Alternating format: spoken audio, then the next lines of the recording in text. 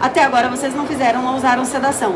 Mas o que pode vir de diferente daqui pra frente para vocês? O que vocês vão poder oferecer para o paciente de vocês? Ok? Eu tenho certeza que isso vai impactar demais na rotina, no resultado, no bem-estar que você vai levar para o seu paciente e na qualidade do tratamento que você oferece. Você vai trabalhar de forma melhor ainda do que você já trabalha. Ok? Então, me segue no Instagram. Odontologia Sem Medo. Dá um oizinho lá pra mim. Fala, Dri, tava lá na sua palestra. Combinado? Então tá bom. Ó, tá aqui, ó. Dá pra ver lá. Odontologia Sem Medo, tá bom? Meninas, não fizeram sedação até agora, mas vocês já usaram benzodiazepínico alguma vez? Assim, de medicar algum paciente pra uma cirurgia? Nada também. Nenhuma sedação. Ok. Então, vamos entender. Pessoa com dor, você já atendeu? Sim. Qual a sua área de atuação, doutora? Cirurgia, geral, doutora? Geral, estética. Ó, tem um slide lá no finalzinho sobre harmonização. Será que a sedação vai ajudar, né, na harmonização? Bom, se você atende pessoas com dor, pode ter certeza que esse paciente, ele tá estressado, ele não tá legal, ele tá num momento difícil, né? Porque a pessoa tá com dor e agora tá procurando alguém para ajudar. Se for um paciente com medo de dentista, piorou. Porque aí o medo só vai aumentar a ansiedade, só vai aumentar a adrenalina. Então essa pessoa, ela tá toda descompensada realmente, tá? E ainda que ela não tenha medo, olá, bem-vindos! Ainda que ela não tenha medo de dentista, o que vai acontecer? Pelo menos ansiedade. Porque todo mundo sabe que levar, né, injeçãozinha, anestesia ou fazer uma cirurgia pode doer, pode acontecer. Então a ansiedade acontece. Ou seja, odontologia convive com esses sentimentos, né? Não tem jeito. E para a gente se sensibilizar com o nosso paciente, a gente tem que entender que isso é uma realidade, né? O professor Malamed, por exemplo, que pelo menos da anestesiologia a gente conhece, né? Mas ele trabalha com sedação, ele tem um livro sobre sedação. E ele fala no livro dele sobre os medos mais comuns. E aí, gente, por incrível que pareça, as pessoas têm mais medo de dentista do que medo de rato. A gente perde até pro rato, doutora. Já pensou que situação? Né? A gente precisa se incomodar com isso. A gente tem que falar, não é possível, eu vou oferecer um atendimento diferenciado, eu quero esse paciente que tem medo para eu poder cuidar dele. Porque ele foge do consultório, ele não vai, né? Então, o professor Malamed fala que isso é histórico. Através dos anos, as pessoas aprenderam que odontologia dói, então a gente é que tem que tentar mudar essa visão, né? E aí, essas pessoas que têm medo, Dr. Deva, que é um indiano, ele fala que existe o ciclo do medo. A pessoa que tem medo de dentista, ela vai fazer prevenção lá com você, doutora, de 6 em 6 meses? Não vai, né? Não vai nem uma vez por ano, fica 10 anos precisando fazer uma raspagem, aí chega com a dor, né? Então, como ela não te visita com a frequência necessária, os problemas começam. Às vezes uma lesãozinha de cárie que dava só para restaurar, vira endo. Uma fraturinha dentária, quebra o dente todo, vai ter que extrair, fazer implante. Ou seja, ela não faz prevenção e ela só vai quando já está com dor. Quando sabe que no mínimo, para extrair, para fazer o tratamento endodôntico, pode doer, né? Só aumenta o medo. Então o medo, ó, vai lá para cima.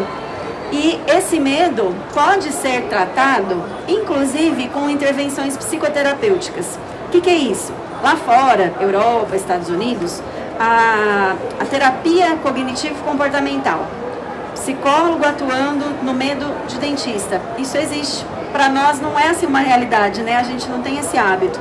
Mas precisamos até melhorar, né? Quem sabe isso começa a acontecer. Então, se nem isso resolver, ele fala que você vai ter que buscar terapias farmacológicas.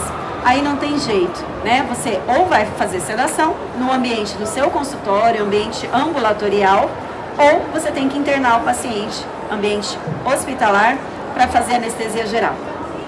Vamos tentar entender, então, essas formas de manejo da ansiedade. Essa moça que eu vou mostrar para vocês, ela estava fazendo uma endo. E ela estava com muito medo, muito.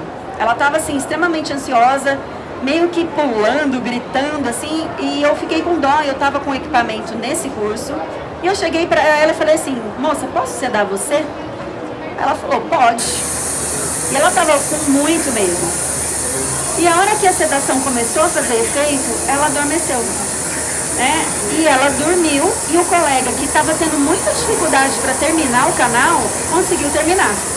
Porque ele estava achando até que não ia conseguir. Porque ela estava, assim, um comportamento muito ruim, porque ela estava muito ansiosa. Dormir? De jeito nenhum. Eu vou falar um pouquinho de diferença de nível de sedação, mas não há problema nenhum no paciente dormir. Pelo contrário, para alguns pacientes é maravilhoso. E para nós é muito bom se o paciente dormir, porque além dele relaxar mais, ele vai ficar tão quietinho que você consegue produzir mais. Então rende a sua hora clínica, sabe? E aí, ó, ela dormiu. Aí na hora que eles terminaram o procedimento, eu perguntei o que ela achou da sedação. Diferente. Ajudou? Ajudou? Ela falou, ajudou. Me deixou bem calma. Tava difícil antes, né? Eu vi que você estava sentindo dor. Você estava sentindo dor? Eu não sei falar. Eu não sei falar o que eu estava sentindo. Muito medo. Muito medo. Aí o medo faz sentir dor, né? Aí o medo faz sentir dor. Gente, é uma frase tão forte, né? O medo faz sentir dor. Ela estava com tanto medo que o comportamento dela estava todo alterado. Aí ela estava sentindo dor. O que aconteceu então para ela adormecer, para ela relaxar? O que a gente fez? O que o óxido nitroso causou? Depressão do nível de consciência. Depressão do sistema nervoso central. Isso que é a sedação. É você diminuir a excitação cerebral. Então ela estava num momento super excitada, ansiosa, nervosa, com medo. Com a sedação, ela relaxou, ela ficou tranquila e chegou a dormir. Né? Não é necessário, não é que o paciente tem que dormir, mas ela relaxou tanto que ela se entregou e dormiu. Nós fazemos monitoramento do paciente durante a sedação. Então você confere que está tudo ok, não tem problema o paciente dormir, beleza? Aqui no caso, essa depressão do nível de consciência, ela é dada, você pode ver que às vezes o paciente está alerta, aí ele relaxa, ele fica sedado, pode dormir, e no caso de uma depressão muito intensa, ele fica inconsciente, que é a anestesia geral. O paciente sedado, ele está consciente, respirando por seus próprios meios, ele reage aos estímulos táteis, verbais, dolorosos. Já na anestesia geral, ele está sob intubação orotraqueal, ventilação artificial, não responde a nenhum estímulo, está bastante deprimido, ok? Tudo isso, esse contínuo de depressão, depende da dose de fármaco que é administrado. Pode ser óxido nitroso, pode ser um benzodiazepínico. Os fármacos sedativos também são excelentes para fazer sedação. Eu vou mostrar alguns vídeos bem bacanas para vocês. Mas aqui, no caso dessa paciente que foi com óxido nitroso somente, a dose conseguiu fazer ela ficar sedada e até dormindo. Beleza? Então já deu para vocês entenderem, né, como vocês viram ela dormindo. E eu vou mostrar vídeo de pessoa sedada e acordada. Então, existem níveis de sedação que dependem da dose. Uma sedação mínima, o paciente continua, às vezes até conversando, falando que está achando super legal a sedação. Isso acontece muito com o óxido nitroso. Quando você usa sedativos, né, benzodiazepínicos, o paciente fica mais incoerente, um pouquinho mais lento e já não interage tanto. Mas aqui na sedação mínima, fantástico, o óxido nitroso. Sedação moderada, ela estava dormindo. Então é um nível de sedação em que o paciente está um pouquinho mais deprimido, reage menos, interage menos, né? Mas se você chamar ele, opa, tá dormindo, tava cochilando, né? Ele vai reagir. E na sedação profunda, é uma depressão tão intensa que o paciente está dormindo profundamente. Não vai acordar fácil, não. Mas ele reage pelo menos à dor. Então, se você causar a dor, ele vai perceber. Só para vocês entenderem a sedação profunda, alguém aqui já fez endoscopia? Você lembra? Semana passada? Como que foi o exame, doutora? Você lembra da hora do exame? O que aconteceu? Nada. Tem gente que vai fazer endoscopia e depois pergunta, mas eu não vou fazer o exame? Porque não lembra, né? Porque os medicamentos causam amnésia. E aí, na sedação profunda, por que é necessário esse nível de sedação para fazer endoscopia? Porque senão você não ia deixar colocar um tubo na sua garganta.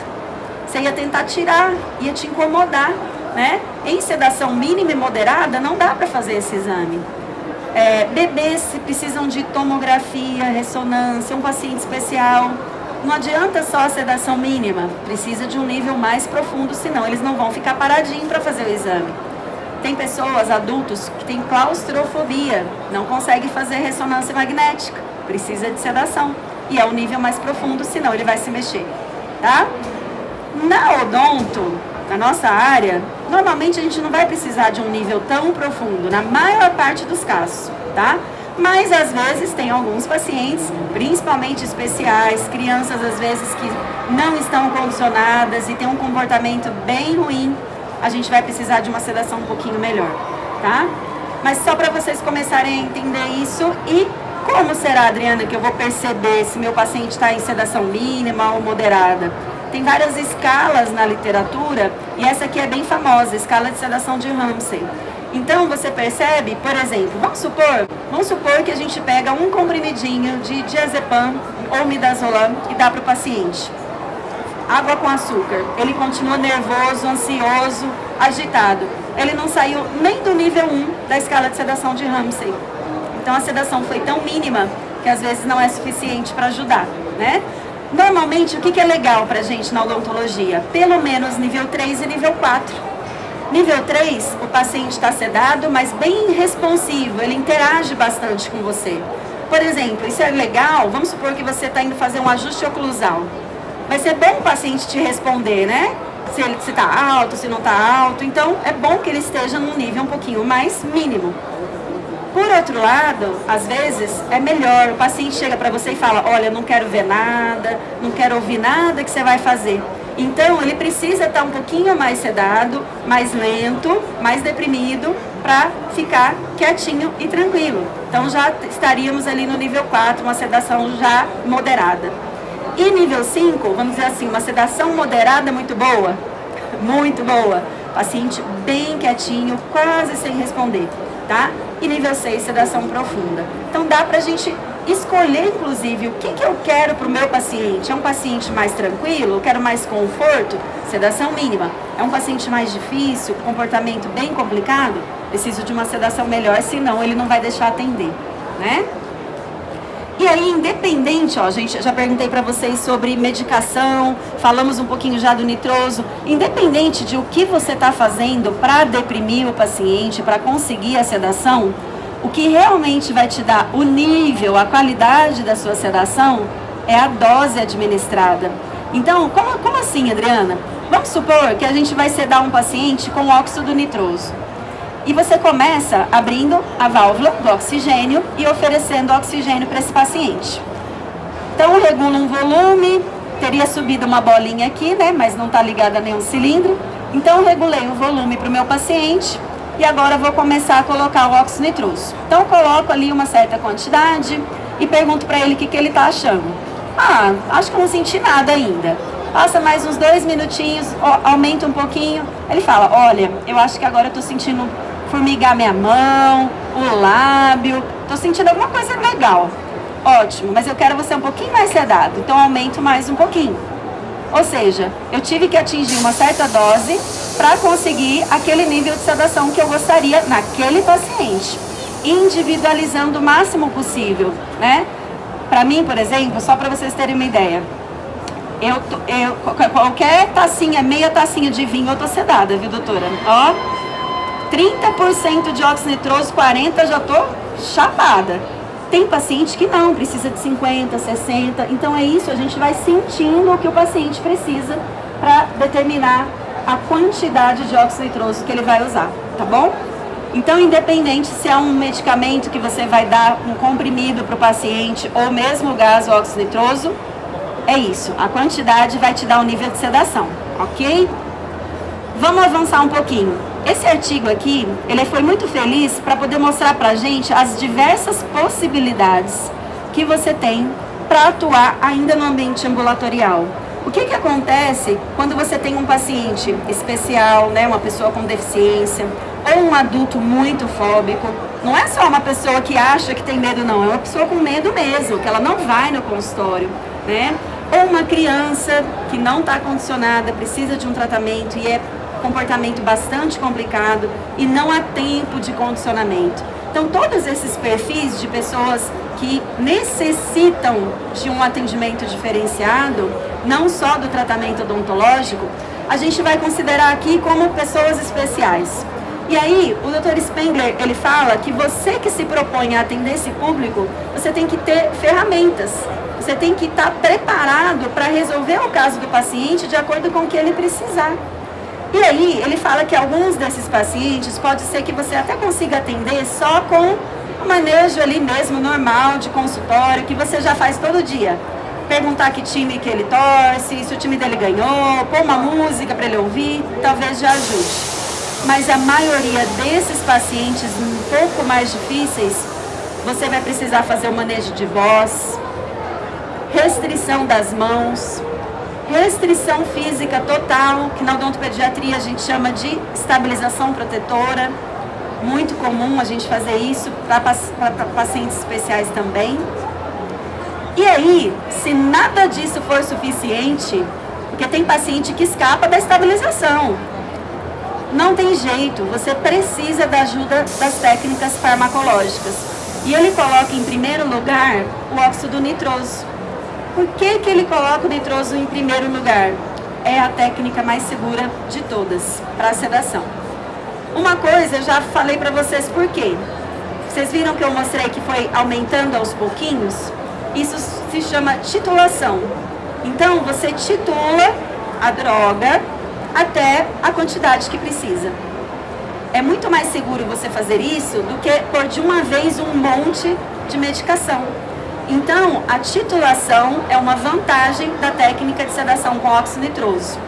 Além disso, vamos supor que a gente colocou uma dose alta, o paciente estava ótimo, mas de repente ele fala assim para você: acho que eu estou sentindo vontade de vomitar. Está entrando em sobressedação. Diminui.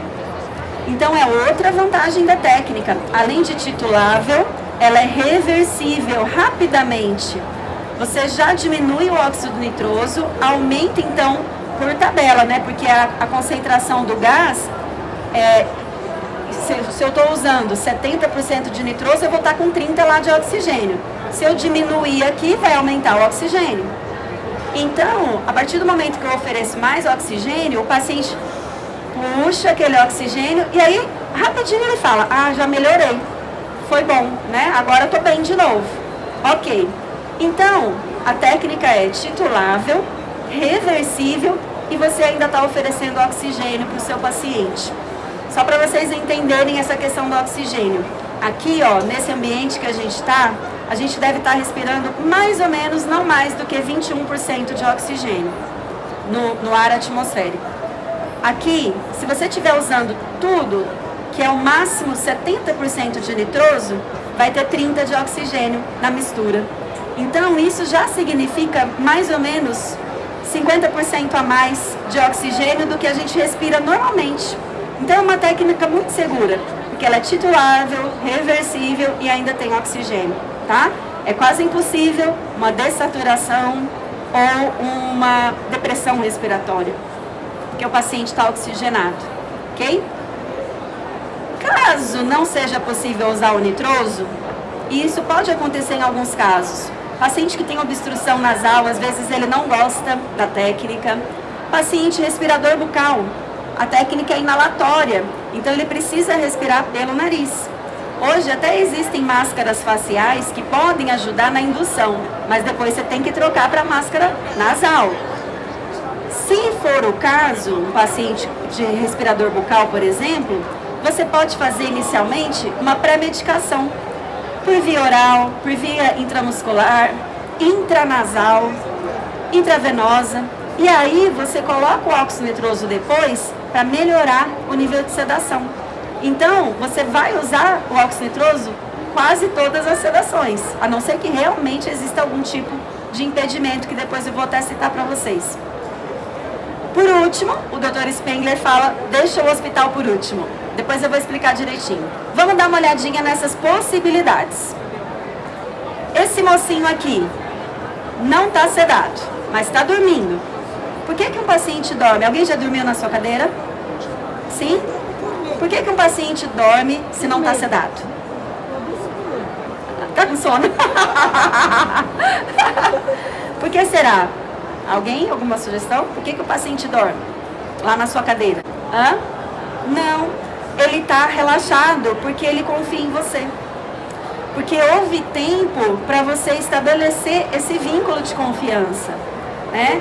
Se você não tem esse tempo, o que vai acontecer? Chega um paciente de emergência que morre de medo, o que você vai fazer com ele? Ele nem te conhece.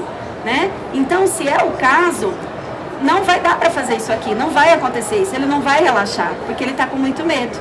Né? Então, se o paciente confia em você, se há tempo para vínculo, ok, não precisa de sedação. Então, aqui ele só dormiu. Já essa mocinha aqui, ela precisou da sedação, ela tomou uma medicação por via oral, midazolam, que ainda é o fármaco mais usado para sedação no mundo todo, e principalmente na odontologia, e principalmente no Brasil, que o colega consegue comprar, né, midazolam na farmácia, com a receita azul, obviamente, mas é mais fácil. E essa colega, ó, você vê, a paciente está acordada, sedação mínima, né? Ela está acordada, quietinha, ela não deixaria fazer esse procedimento, extração de um incisivo descido. A colega está cantando para ela, ajudando ainda no controle de voz, ok? Essa mocinha aqui já precisou de uma estabilização ali, restrição das mãos, porque ela ficou um pouquinho nervosa, tomou medicação também por via oral, que foi ali não tão suficiente, mas depois com a distração ali, ó, celular, ela acabou ajudando. Essa daqui não colaborou muito, mesmo bem medicada. A sedação, apesar de ter sido calculada uma dose bem bacana para ela, não foi suficiente. Isso acontece, às vezes, a gente encontra pacientes muito tolerantes ao óxido nitroso, aos sedativos. Então, esses pacientes, às vezes, vão precisar de mais de uma via de administração. Então, aqui, por exemplo, eu poderia ter colocado o óxido nitroso para ajudar, mas no dia não foi possível por N motivos. Estabilização protetora com faixa, a gente faz também. Olha que legal o relato desse rapaz. Óxido nitroso sozinho. E aí, Rafael, o que você achou? Ah, não, muito bom. Eu viajo, vai lá em Marte e volta. Ah, que massa, né? Foi lá em Marte. Nem percebeu o tempo que você foi. Nem percebeu o tempo. Acabou com os traumas de dentista. Vamos acabar com os traumas de dentista. E é muito gostoso a gente receber esse relato do paciente, né? Ele não percebeu quanto tempo ele ficou. O paciente fica 2 horas lá com você, para ele passou 20 minutos. Porque a percepção de tempo muda bastante com a sedação, tá? Não tem amnésia, na verdade. Se tivesse dormido, não ia esquecer, não ia lembrar de nada. Acaba realmente não tendo lembrança. Mas a amnésia não. Se você precisa de amnésia, tem que associar, por exemplo, um benzodiazepine. E aqui, o Otávio... Deixa eu só abaixar aqui. O Otávio, opa, síndrome de Down, não estava condicionado, uma criança, precisava do atendimento. E o que a gente faz? Otávio, bravo, não deixa ninguém nem relar nele. Ele ia ficar com a máscara, né, só com óxido nitroso? Seria muito difícil. Então a gente faz a pré-medicação por via oral, com ele em jejum, o resultado é muito legal. E aí você pode até acrescentar a máscara para ter uma sedação melhor ainda. Se não for necessário, beleza. Quando é necessário, a gente põe junto. E aqui no caso, ele já começou a sedar. Deixa eu só um pouquinho mais para frente. Olha lá, já tá quietinho, não tá chorando. O papai já tá até falando que ele tá pronto. Olha lá. Agora a gente já pode atender. O Murilo é um paciente autista severo, nível 3. Grita, chora, puxa cabelo, bate, não iria colaborar com o atendimento, não estava em jejum e era uma emergência. A gente estava num curso e a mãe pediu, por favor, se podia atender ele não estava nem agendado, mas a gente decidiu atender e como ele não estava em jejum, a gente optou por outra via de administração, medicação por via intranasal. A gente fez o mesmo midazolam, só que no Otávio foi comprimido dissolvido E no Murilo, solução injetável, para borrifar no nariz. Aquela pecinha ali chama atomizador. Você consegue borrifar no nariz, a dose definida. E aí ele sedou super bem. Sedação moderada, pitose palpebral. Tá vendo esse olhinho assim bem fechadinho, meio aberto? Chama pitose palpebral e é um indicativo de sedação moderada. Então ele tá bem sedado, tá bem quietinho, não tá chorando, não tá gritando, não está se mexendo. Nesse dia a gente fez radiografia, profilaxia, 2 restaurações e a exo do 44, que era o problema, que a mãe nem sabia qual era o problema dele, ela sabia que ele estava com dor. E o dente estava com uma fratura longitudinal. Então a gente acabou oferecendo, né, no dia, a extração. E agora vocês vão ver um colega nosso, ó, mais uma técnica, última que a gente vai mostrar para você fazer no ambiente ambulatorial. Sedação por via intravenosa. Iniciais antes da sedação. O colega tá com acesso venoso, Dr. Adriano, lá do Rio de Janeiro, nosso colega, aplicando midazolam. Aí assim que ele termina a aplicação do midazolam, ele faz anestesia local. O medo da paciente era anestesia local. Ela tinha o medo da agulha da carpule. E aí, assim que ele terminou, você pode ver que ela nem franze a testa, não sentiu nada, tá dormindo, sedação moderada. Assim que ele terminou a anestesia local, ele entrou com outra medicação, o fentanil, que é um analgésico opioide. Um analgésico de ação central, para melhorar o controle de dor. Porque ele ia fazer um procedimento bem invasivo, bem chatinho, e ele não queria que ela sentisse dor. O que acontece quando o colega não trabalha com analgesia central? Tem que fazer muito anestésico local, tá? É isso que a sedação vai trazer para você. Não vai precisar fazer tanto anestésico local, isso é ruim para o paciente, né? E aí, ó, que a cirurgia... Ops!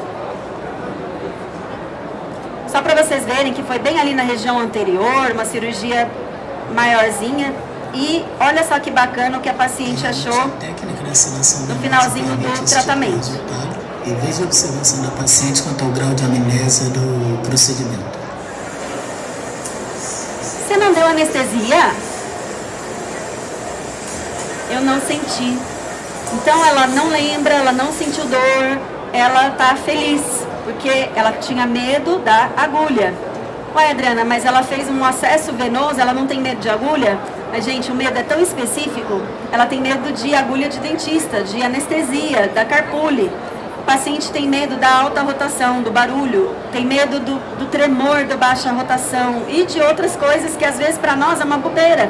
Mas para o paciente, impede ele, por exemplo, de fazer uma profilaxia.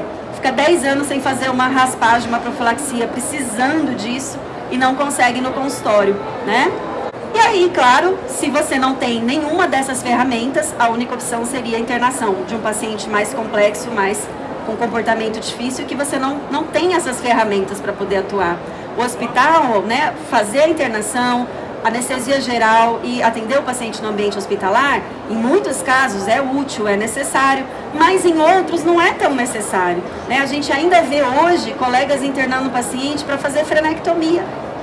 Então, será que isso realmente é necessário? Dá para fazer no ambiente ambulatorial, mas precisa de algumas ferramentas. Se não tem, realmente não tem outra opção. E o professor Barata, no livro dele, ele fala que o Comitê Odontológico Inglês cita que é um direito do paciente e um dever do cirurgião dentista o controle da ansiedade. Então, é nosso papel controlar a ansiedade do paciente. O que a gente vê na internet é o colega fazendo post sobre medo de dentista. Aí ele faz assim, ó. Paciente, você tem medo de dentista? Então eu vou te dar algumas dicas. Procure um dentista de sua confiança. Traz um fone de ouvido para você ouvir sua música preferida. Combine alguns comandos com o seu dentista de levantar a mão caso você sinta dor. Aí eu fico até com dor do paciente, porque ele ainda por cima vai ficar na iminência de sentir dor e te avisar, né? A ansiedade está lá no teto. Se for hipertenso, a pressão está descompensada. Se for diabético, a glicemia está lá em cima. Se for cardiopata, pode acabar tendo uma angina, infartar. Então, quando a gente pensa na sedação, a sedação não vai causar problemas para o seu paciente, ela vai evitar problemas. né? Mas, infelizmente, a gente tem ali uma lacuna gigante na nossa graduação. A gente não aprende a fazer sedação, no máximo prescrever um ansiolítico na noite anterior e 1 hora antes, né? Então a gente precisa ir muito além disso para poder fazer sedação de forma segura e de forma eficaz. Isso todos os pacientes merecem para qualquer procedimento, seja uma profilaxia, uma raspagem. Nossa, mas vai sedar o paciente só para isso? Mas é isso que ele precisa, ele tem medo. Então não tem problema, né? Ou então você vai sedar para fazer procedimentos complexos. Eu fico pensando, fazer 4 terceiros molares no cerco ali, só na anestesia local, se você promover analgesia central, vai ser muito mais fácil de fazer, você vai usar muito menos anestésico local, inclusive para cirurgias periodontais, para implantodontia e até mesmo, pessoal, para harmonização. Esse hóspede está bombando, né? Só harmonização. E o paciente quer fazer harmonização, mas ele tem medo de agulha. Então, você pode fazer sedação para fazer harmonização. Eu quero mais. Aqui, por que ela está falando que quer mais? Porque a gente estava num curso, já tinha usado bastante o gás e estava acabando. E ela era funcionária, né, do colega lá, dono do instituto. Então, vamos fazer harmonização com óxido nitroso. Mas aí acabou, no meio do caminho. Muito louco, você quer mexer, você não consegue. Você escuta que tá todo mundo falando, só que... É, Cássia? É, ela tava falando da menininha lá do mundinho, eu queria falar, gente, eu tô nesse mundo. A gente estava conversando do lado dela e ela estava bem sedada. Então ela falou assim, gente, eu estava ouvindo vocês conversando, mas eu não conseguia falar. Eu queria falar que eu estava também loucona, do jeito que a menininha estava, mas ela não conseguia falar. Isso é um excelente nível de sedação. Se você quer o paciente interagindo um pouquinho mais, diminui. É só isso. E aí, pessoal, a sedação com óxido nitroso, eu tentei falar para vocês, é a mais segura de todas, mas você tem inúmeras outras possibilidades. Vale a pena você correr atrás, se capacitar, tanto para o uso do óxido nitroso, como para o uso de outros fármacos, porque você vai ajudar muitos pacientes. O que a gente vê ainda é, às vezes, o colega até mudando o plano de tratamento, porque o paciente não vai colaborar. Isso acontece bastante na pediatria, que é a minha área. Ai, dava para fazer endo, mas ele não colaborou, eu tive que extrair. Então, esse tipo de coisa não precisa acontecer, porque se eu quero fazer o meu melhor, então o paciente está condicionado, ele colabora, ótimo. Se ele não está condicionado, se não der tempo e a gente precisa atender, então eu vou fazer o manejo do comportamento. E aí a sedação não tem jeito, é a ferramenta, tá? Então eu espero que vocês, mesmo, eu tenho 10 anos, 15, 20 anos de formada, Adriana, nunca usei sedação, será que eu preciso? Eu tenho certeza que você vai ter uma outra realidade no seu consultório. Você vai falar assim, que pena que eu não fiz habilitação antes, que pena que eu não investi, não implementei no meu consultório a sedação antes, tá bom? Eu espero, pessoal, que vocês entrem para esse mundo. O dentista no Brasil não percebeu ainda o mercado que está esperando por ele, porque lá fora a sedação é uma realidade, faz parte da odontologia, tá? Se você estiver por ali no Rio de Janeiro, vem pro EBESO, dia 28 e 29 de outubro, o 4º Encontro Brasileiro de Sedação e Odontologia, tá? 2 dias de só sedação, emergências médicas, segurança ambulatorial. Então a gente vai trabalhar muito, né, nesses 2 dias, trocar muita informação. Tem inclusive palestrante dos Estados Unidos, dentista anestesista que fala português, então todo mundo vai compreender e vai valer muito a pena. Espero que você comece o quanto antes a trabalhar com sedação, tá bom? Se você tiver alguma dúvida, estou aqui à disposição, a gente pode perguntar agora ou conversar aqui comigo. Quem chegou depois, me segue aí no Insta, dá um oi pra mim, fala que você assistiu a palestra para eu conhecer você, tá bom? Gente, muito obrigada. Valeu!